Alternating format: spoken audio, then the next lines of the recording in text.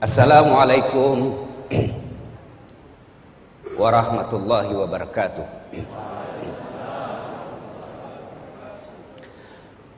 Alhamdulillah, alhamdulillahi rabbil alamin. Wabihi nasta'inu ala umurid dunya waddin. Asyhadu an la ilaha illallah wa asyhadu anna Muhammadan abduhu wa rasuluh.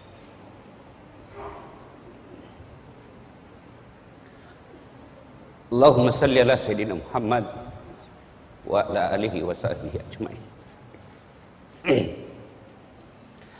Ibu bapak, saudara-saudara sekalian yang saya hormati, ketika saya tamat SMP, SD di kampung saya, Desa Bungi, Kabupaten Pindrang, saya datang ke orang tua saya, bapak saya bilang, Pak, melok ke sekolah agama. Saya mau sekolah agama. Saya mau sekolah di pesantren. Waktu itu maafkan saya, Pondok Pesantren DDI Kabalangan.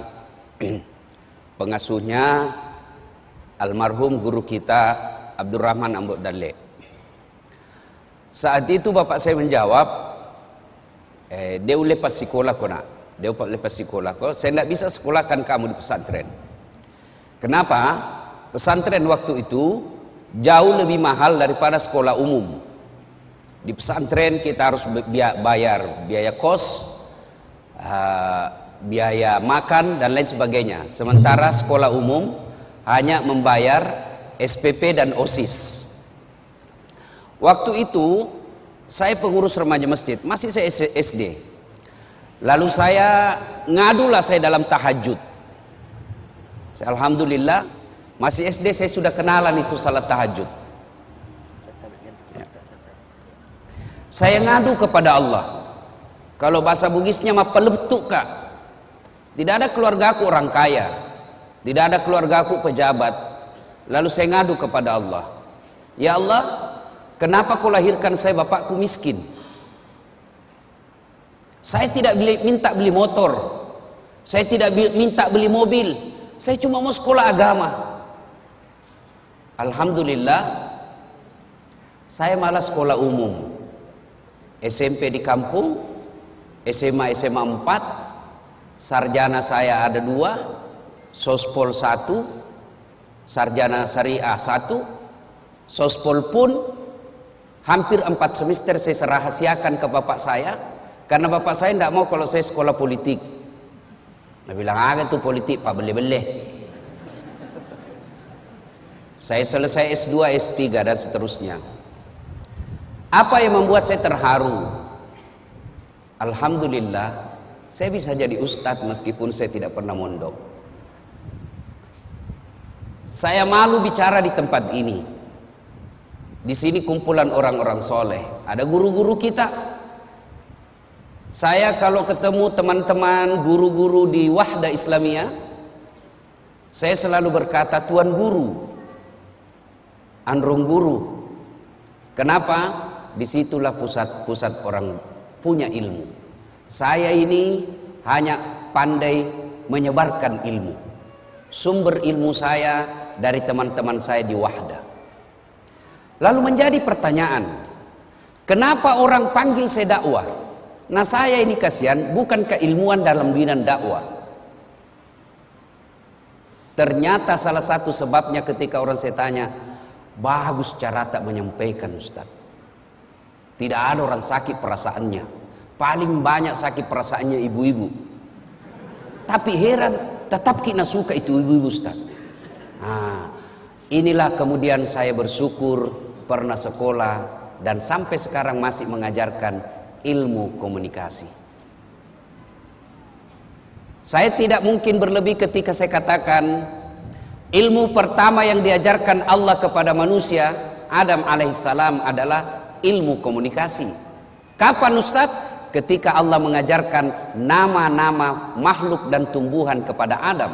Nama adalah simbol, simbol adalah kajian utama ilmu komunikasi. Ibu bapak saudara-saudara sekalian yang saya hormati. Nah, melanjutkan Itu tadi intermezzo saja. Alhamdulillah emosi saya sudah mulai terkontrol.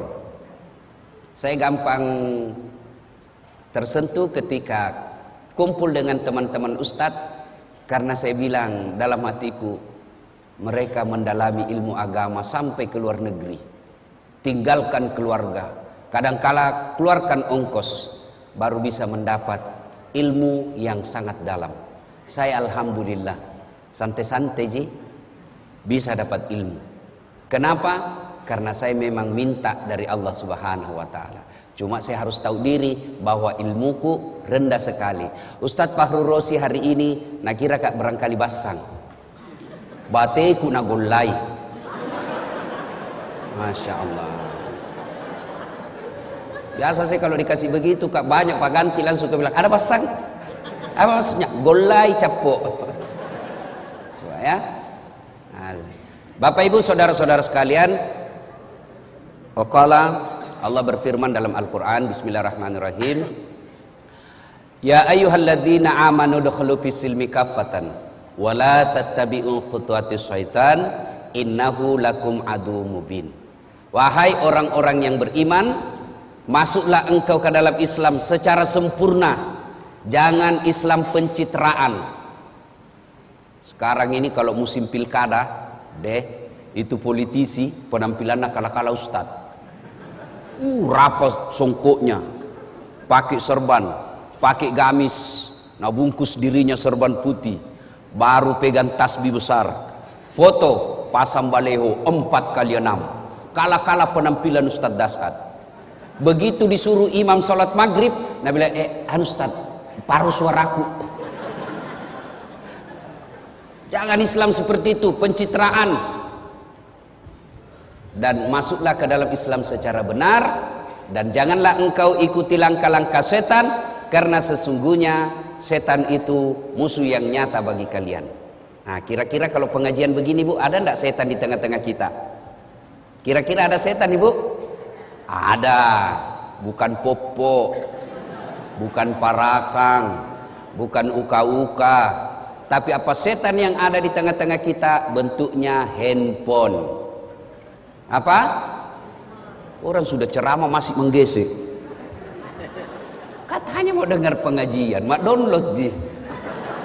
Simpan dulu HP ta. Serius kah ini? Serius, simpan dulu. Simpan dulu. Bagaimana kita mau dengar ceramah kalau kita fokus di HP? Ada juga pura-pura foto itu. Padahal dalam hatinya dia HP baru. Ada yang lebih parah, udah foto kak dulu, baru nak share di grup Tablik Akbar bersama Ustadz Dasad. Tapi itu ji bajunya nak pakai waktu di TV One.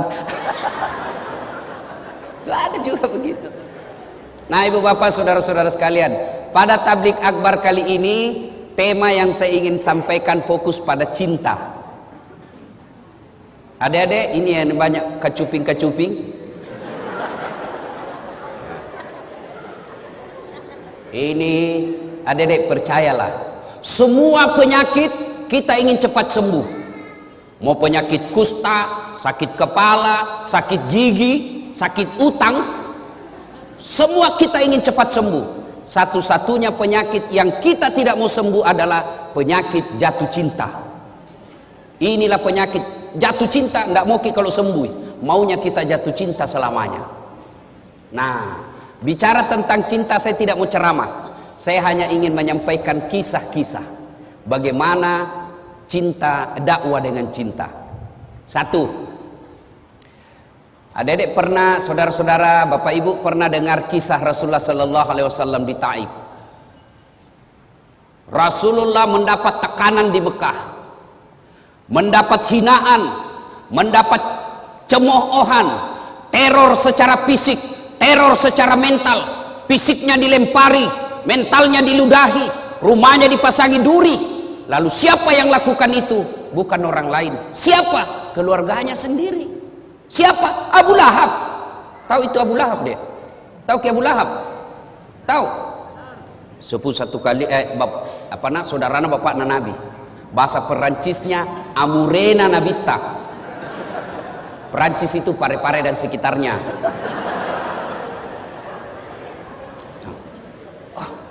Kalau orang lain yang teror kita, bos, bisa dilawan. Kalau orang lain yang menghina kita, kita bisa aja berkelahi. Tapi ini paman kita. Kita berharap ketika kita yatim piatu, kita berharap ketika tidak ada lagi orang yang mampu menolong kita, ada paman, ada saudaranya bapak kita yang tokoh masyarakat di kampung itu. Tentu harapan kita, mudah-mudahan kodong ini pamanku bisa tolong kak. Tapi apa yang terjadi? Justru pamannya Nabi dan istrinya yang teror Nabi. Bayangkan, teror fisik, teror mental. Tapi Nabi tidak pernah lebay. Tidak pernah kita dengar Nabi cuti jadi rasul. Karena tekanan-tekanan akhirnya cuti 1 bulan. Tidak pernah. Lalu dalam desakan dan hinaan seperti itu, Rasulullah Sallallahu Alaihi Wasallam ke Taif. Saya waktu terakhir ke umrah, saya sempat ke Taif. Itu Taif, kita naik tebing-tebing gunung. Kemudian sampailah kita di Taif. Nabi sampai di Taif, waktu itu jalan kaki. Saya naik mobil masih hampir 2 jam. Itu pun ada teman saya mabuk. Kenapa? Ular tangga. Naik lagi. Anak-anak zaman now tidak tahu ular tangga. Kita dulu waktu tak kecil ular tangga, ular tangga. Kalau dapat tangga naik lagi. Begitu dapat ular turun begitu deh. Coba, masya Allah. Sampai di Taif, apa Nabi lalu sampaikan? Nabi lalu sampaikan keinginannya. Saudara-saudara sekalian, minta pertolongan. Nah, saya ajak kalian ikut beriman kepada Allah. Jangan sembah kecuali Allah. La ilaha illallah Muhammad Rasulullah. Bagaimana reaksi orang Taif? Masya Allah. Orang-orang tua di Taif nak kumpulkan itu anak-anak. Anak-anak bocah, ABG. Dia bilang, "Piku lempar itu, lempari."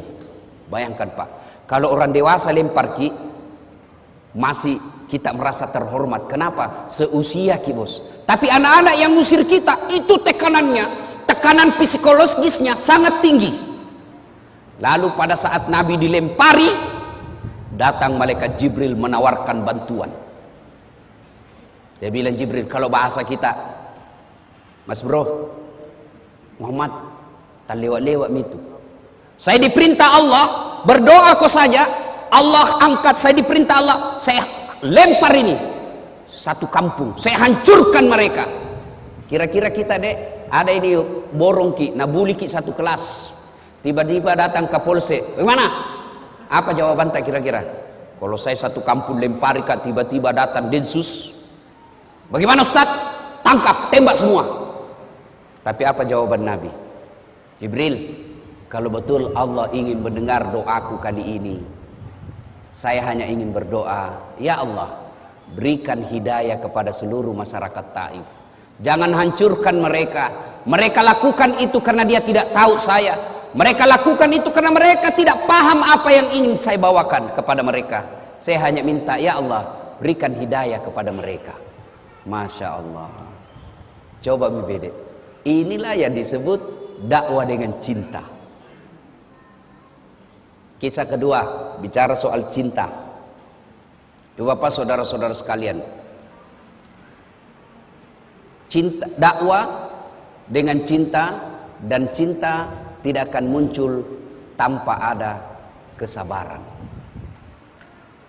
Coba, kita kira gampang jadi ustadz. Banyak itu cobaannya bos. Bayangkan kalau kita diundang sampai ki di sana, kita berharap nak kasih makan ki dulu, baru ki tiba dari Balikpapan.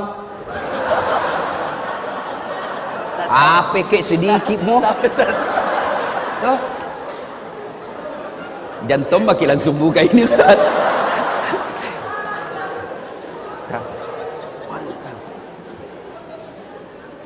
Coba, tidak gampang jadi ustadz. Belum lagi saya pernah diundang ke Pulau Kijang. Pulau Kijang, Sumatera, Riau, tapi pedalaman. Waktu nak telepon kak, Assalamualaikum Ustaz. Waalaikumsalam. Betul Ustaz Dasat, betul sekali. Kenapa ki? Kami ini orang Bugis yang ada di tanah Sumatera, Pulau Kijang. Oh, ringkas kisah, merenung ki kasih Ustaz loma ceramah ko Kampota. Bugis. Oh, jago ini orang Bugis ini. Ya, jadi Saya minta tolong jelaskan bagaimana ke sana. Dia bilang, Ustadz, naik pesawat dulu ke Jakarta, dari Jakarta kemudian ke Jambi, dari Jambi menyeberang speed ke Pulau Kijang. Saya bilang, berapa lama naik speed? Tidak sampai 2 jam Ustadz. Pulau sama aja di Kalimantan ini. Oke lah. Begitu saya sudah naik di speed, ternyata bukan speed, apa? Katinting. Bilang, itu speed itu kan yang cepat. Ini katinting, tok. Mati ku bilang. Mulai mak jengkel di situ, mulai mak jengkel. Sudah. Tanam mak, astagfirullah. Saya lihat jamku, 1 jam lebih, astagfirullah. Begitu 2 jam, belum sampai. Dalam hatiku nak bilang ini, tidak sampai 2 jam, 2 jam ini. Sampai 5 jam, belum sampai. Langsung ku bilang, Daeng, kita bilang tidak sampai 2 jam. Nah 5 jam makin ini belum sampai. Nah bilang, tak dampang kak kasih Ustaz. Maafkan saya Ustaz. Kenapa? Ini sebenarnya hampir 9 jam. Wah, la ilaha illallah. Saya bilang, kenapa tidak terus terang? Supaya saya sediakan fisik dan mental. Apa dia bilang? Kalau saya jujur Ustaz, pasti Ustaz tidak mau datang. Itu kuncinya adalah kesabaran. Itu baru perjalanan bos, belum lagi diri honor. Ada togi yang tipu Ustaz itu. Masuknya Ustaz, tapi Ustaz sampai pakai saya kirim di rekening tak. Oh iya siap. Sampai sekarang nggak dikirim-kirim. Betul ini Pak, ada juga dan itu pejabat. Bayangkan itu mentalnya pejabat Indonesia, Ustaz saja netipu. Belum lagi yang napotong. Lebih banyak ngambil daripada kita. Khutbah Jumat, biaya rutin 200.000. Begitu sampai di rumah, 50.000 di sini. Bayangkan, lebih banyak ngambil dari kita. Coba bayangkan. Itu kisah-kisah perjalanan dakwah. Apalagi belum lagi yang nak kasih kotak kosong, kwitansi kosong. Selesai terutama di kantor-kantor. Selesai mungkin ceramah tabis tas kwitansi. Berapa? Kasih kosong bisa aja Ustaz. Aku bilang jangan ambil maki semua. Bayangkan kalau saya tanda tangan kwitansi kosong. Nah kasih ke 1 juta baru nak tambahin 01. Di belakangnya 10 juta nambil. Baru nak kasih ke 1 juta 9 juta nambil. Maka saya bilang jangan bos, ambil maki semua. Kalau saya tanda tangan saya ikut berpartisipasi dalam kebohongan. Itu tantangan dakwah. Lalu apa yang membuat saya kemudian tenang? Saya bilang berapa tong ini? Siapa ini? Dasat Latif. Masih banyak dosanya. Masih cinta dunia. Masih mau poligami. Kenapa kita ketawa ibu? Daripada saya bilang tidak baru dalam hatiku iya. Munafik namanya. Mau tapi tidak berani. Itu jadi masalah. Berani apa enggak? Itu jadi masalah bos. Bale-bale bapak kalau tidak mau poligami sini. Kita masih cinta dunia, masih banyak dosa, masih ngejar-ngejar, ya sudahlah. Berapa tong? Kena kita ujian-ujian dakwah, resepnya sabar. Rasulullah sallallahu alaihi wasallam. Masya Allah. Wallahu alam. Ini kisah kedua. Saya tidak tahu sahih atau tidak. Saya itu kalau baca kisah, saya tidak lihat sahih tidaknya. Yang saya ambil adalah makna dari kisah itu. Suatu ketika Nabi pergi dakwah, pergi masjid. Tiba-tiba di atas ketinggian ada orang kafir Quraisy naludai Nabi. Kena kepalanya Nabi. Kira-kira kau anak muda, kalau diludai dari atas apa jawabanmu? Mana mau pemburu hidayah ambil batu, kurang ngajar. Baru ki 1 bulan kena hidayah, mencoba lagi.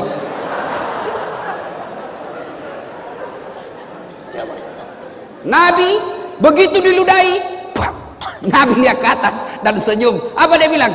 Bos, salah tempat ludahmu. Kepala aku nak kena, tapi tidak apa-apa ji. Fish. Lewat lagi besok Nabi. Di tempat yang sama, waktu yang sama, ditunggui memang ini, diludai lagi. Kena lagi Nabi, dia bilang ji Nabi, tidak apa-apa ji bos, aku maafkan kau. Ketiga kalinya, hari ketiga masih begitu. Besoknya lewat Nabi, tidak ada mina, tunggu-tunggu Nabi. Mana langgananku ini?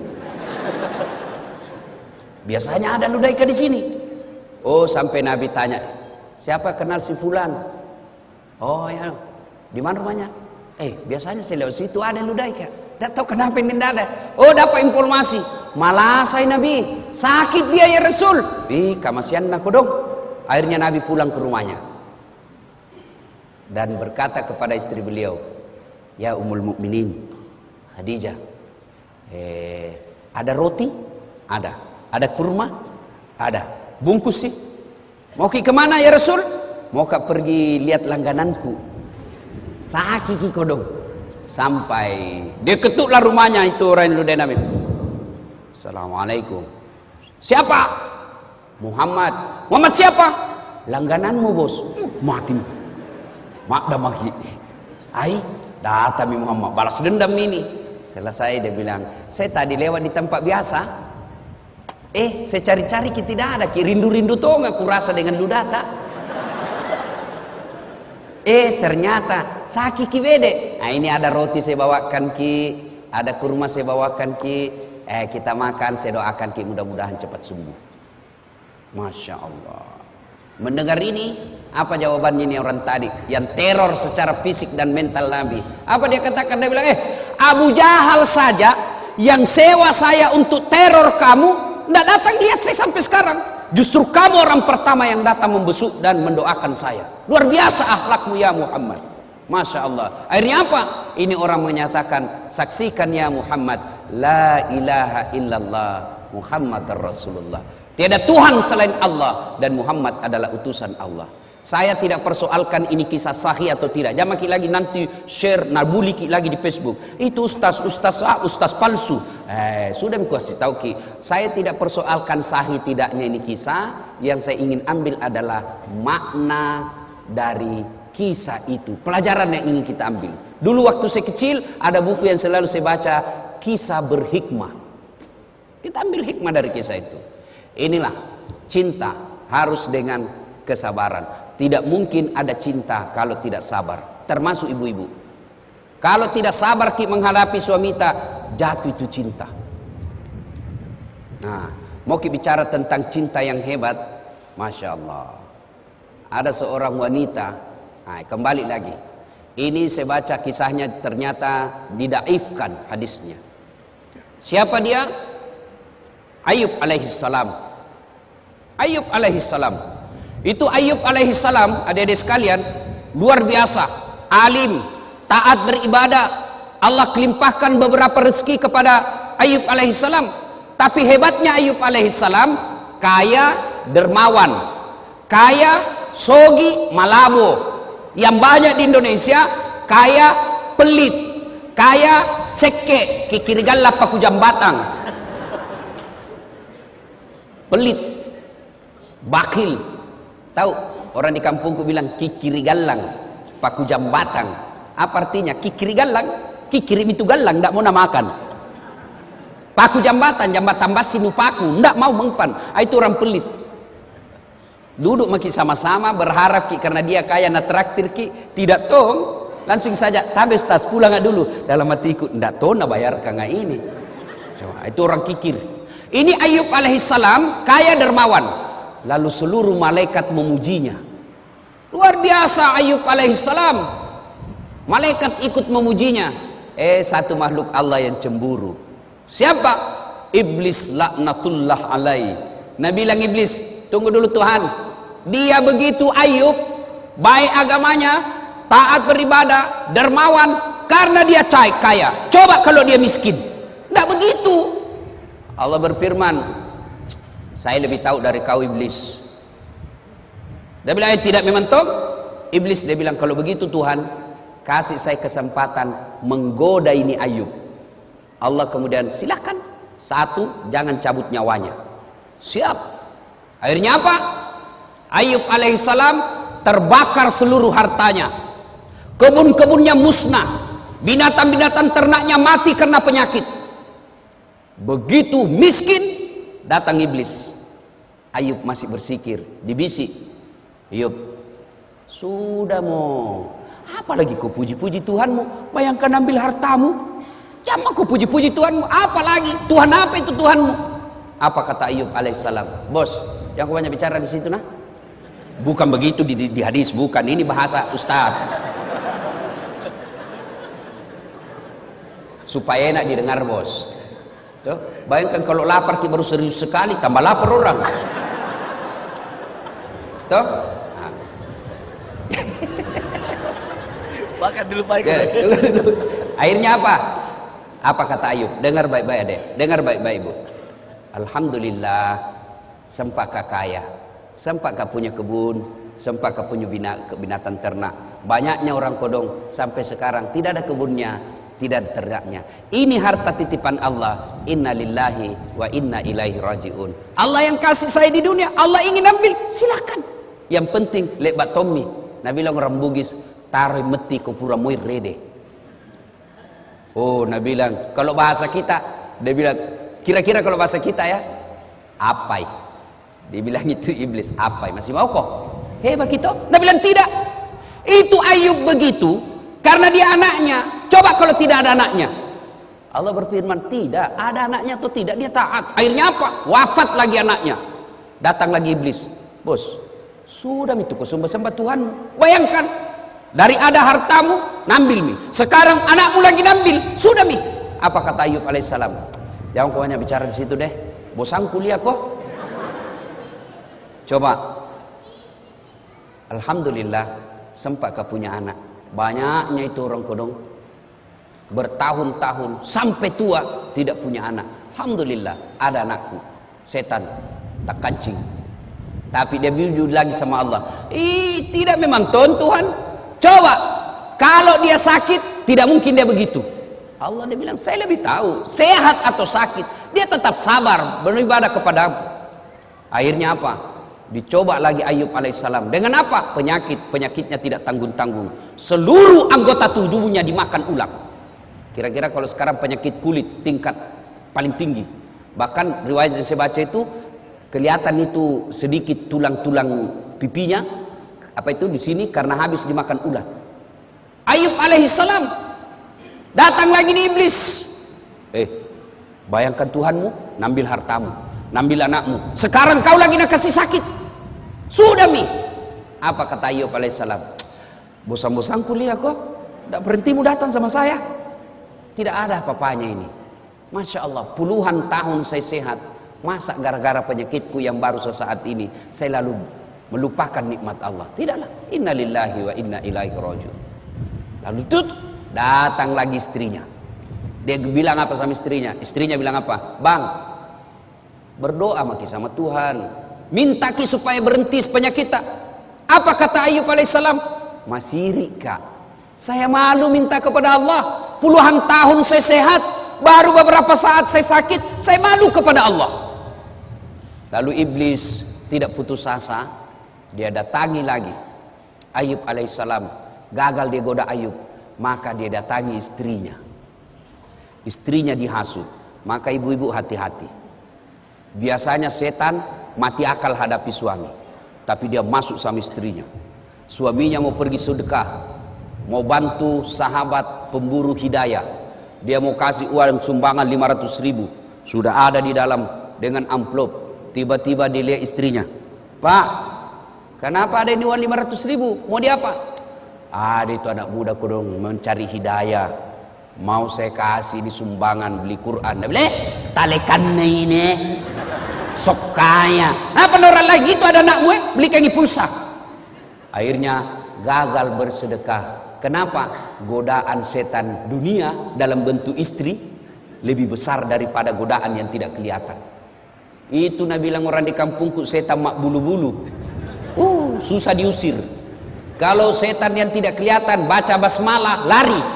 Kalau istri tak dibacakan Yasin, Nabi bilang, kok kira kak mati? Coba. Sampai-sampai ada bapak-bapak ditanya sama istrinya, ada warna kau sudah simpan di bawah tempat tidur.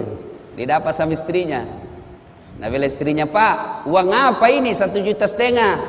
Uang sial. Maksudnya apa? Batin aku sembunyi udah apa Ji?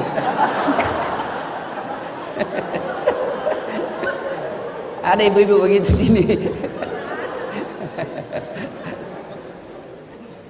Bapak saudara-saudara sekalian, Ayub alaihissalam, kemudian setan ternyata berhasil menggoda istrinya. Apa? Istrinya berkata, "Bang, tak dampang kasih, maafkan saya.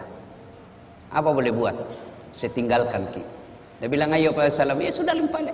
Kalau engkau tinggalkan, silakan. Tapi pulang kau nanti suatu saat saya pukul kau 100 kali, saya cambuk." Masya Allah.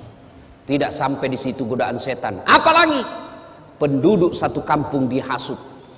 Dia datangi tokoh-tokoh masyarakat. Dia bilang, usir Ki Ayub. Usir dari kampung. Kenapa? Nah, tulari kau nanti itu penyakitnya. Dia akan membawa satu kampung ini penyakit, semua kena penyakit. Usir Ayub. Datang kepala kampungnya. Ayub, maafkan kami cinta kepadamu Ayub, tapi mohon maaf, kami takut ketularan penyakitmu. Ayub alaihissalam lalu berkata, lemukna tu nyawamu mbok, teganian kau, tolong angkat tangan di antara kalian, siapa yang tidak pernah saya bantu? Tolong ini penduduk kampung, angkat tanganmu, siapa yang tidak pernah saya bantu? Lalu ini kepala kampung bilang, kami sadar Ayub, sudah kau bantu kami semua, tapi takut ke penyakitmu. Akhirnya apa? Ayub alaihissalam diusir dari kampungnya dalam keadaan sakit, dalam keadaan miskin, ditinggalkan oleh istrinya. Ayub alaihissalam pergi ke padang pasir lalu bikin tenda-tenda. Disitulah kemudian Allah mengabulkan doanya Nabi Ayub alaihissalam.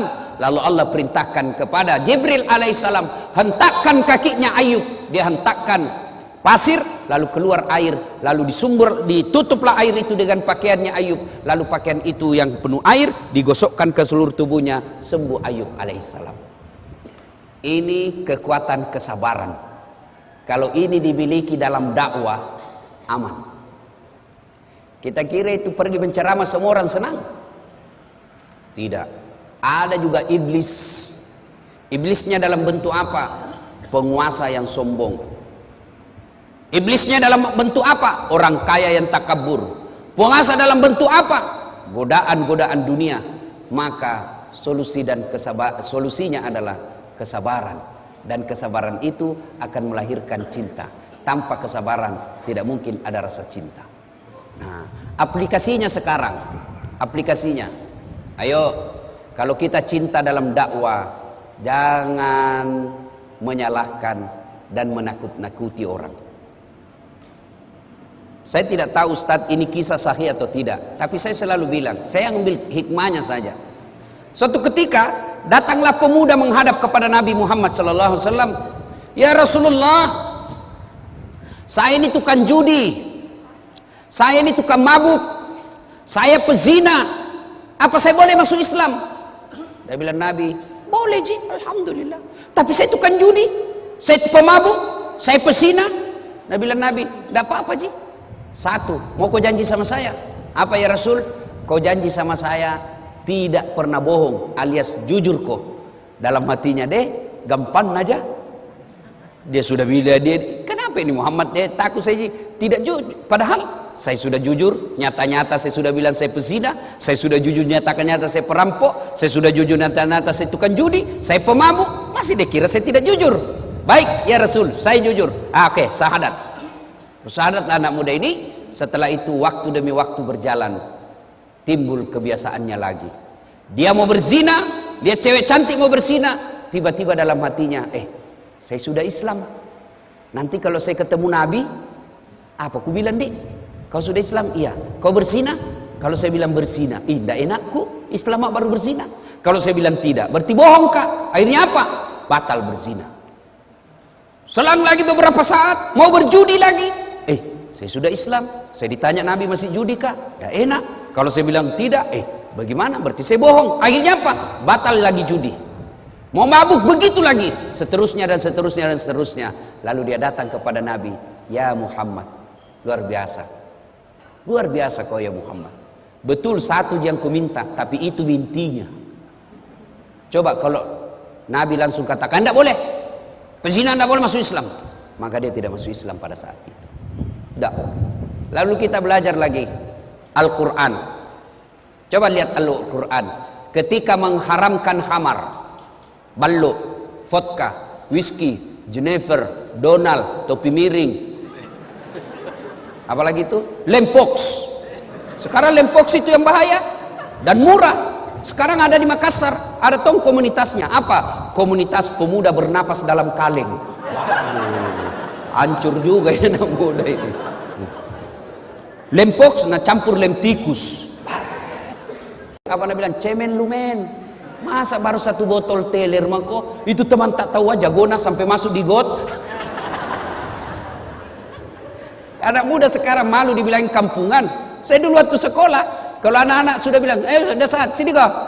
Jangan deh, saya jauh-jauh dari kampung mau ke sekolah baik-baik. Nah bilang kampungan deh ini. Aku bilang biar mi bos, daripada kau tidak ada kampungmu.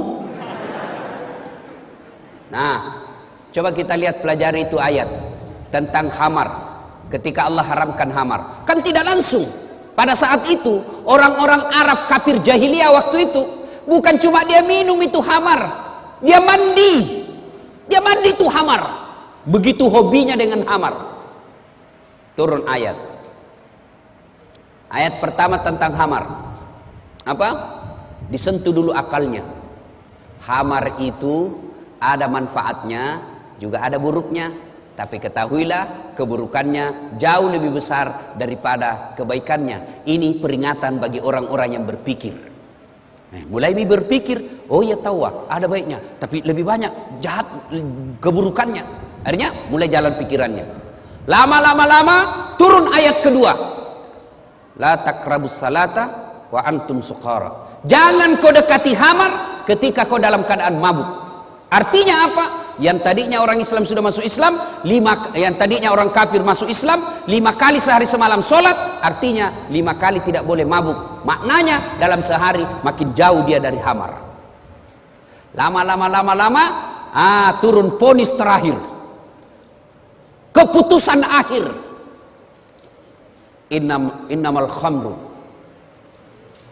rijsun min amali syaitan. Sesungguhnya khamar rijsun, bapak moyangnya dosa.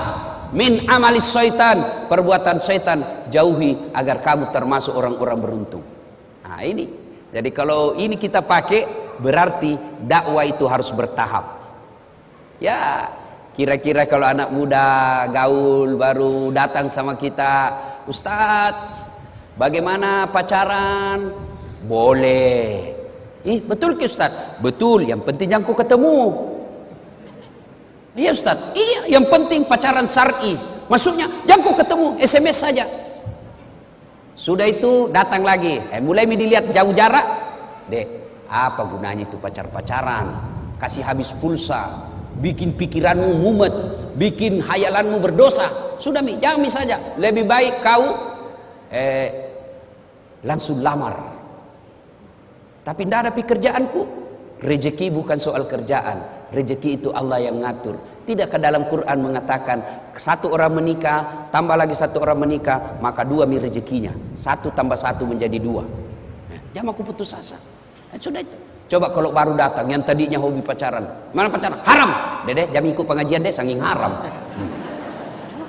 Ada orang pulang pengajian, saya tanya, bagaimana? Tidak mau ikut pengajian Ustaz. Apa? Dede itu Ustaz saya sangi neraka na cerita, pemalak-malak. Coba kalau yang tetangga datang ke gedung apa? Menyentuh kamu berdosa, Tuhan ingin mengampuni, puji haleluya. Habis lagi dosanya. Datang saja, habis lagi dosanya. Kita khutbah Jumat sangi neraka, bakar, dibanting, ditusuk pantatmu, dipijit lehermu. Nabi anak muda, dede pemalak-malak. Dede. Coba. Ya. Nah, ibu bapak, saudara-saudara sekalian, terlalu banyak saya bicara, nanti terlalu banyak salahnya. Nanti kalau ada salah Ustadz Fahrul Rosi yang akan meluruskannya. Demikian pada intinya Rasulullah berhasil menyampaikan dakwah dan sampai kepada kita ajaran-ajaran Islam ini karena disampaikan dengan cinta. Kalau kita berdakwah dengan cinta, maka insya Allah tidak ada yang menjadi musuh kita. Ya, salah boleh kita berbeda pendapat, Dek, boleh. Saya itu sepanjang perjalanan jadi dai, saya tidak senang membahas masalah khilafiyah, ikhtilaf, perbedaan pendapat ulama. Saya tidak senang. Lebih baik saya senang bahas itu, bagaimana itu nak muda mau datang di masjid berjamaah, bagaimana itu orang kaya mau bangun masjid, bagaimana ibu-ibu ini diajari anaknya pakai aurat, tutup aurat. Soal bagaimana Nabi dakwah takbir, saya tidak terlalu tertarik. Ada yang begini Ustaz, ada yang begini Ustaz, ada yang begini. Mana cocok semua? Yang mana tidak cocok? Yang tidak angkat tangannya. So, begitu saja, ya. Nah, saya dalam ini boleh kita berbeda, boleh. Saya dalam mazhab dakwah saya, metode dakwah saya tidak terlalu tertarik membahas yang begitu-begitu. Saya lebih senang membahas bagaimana orang-orang ini mau datang ke masjid, mau bersedekah, mau menghindari gosip, ya. Ya, sekira itu. Demikian, Bapak saudara-saudara sekalian, mohon maaf yang sedalam-dalamnya jika ada kata dan kalimat yang tidak berkenan. Kita bisa lanjutkan nanti dalam sesi tanya jawab. Insya Allah Anda bertanya, saya jawab. Bagaimana kalau tidak tahu Ustaz? Saya tetap jawab. Apa jawabannya? Saya tidak tahu. Masa saya mau tahu semua? Bukan nggak saya kamus.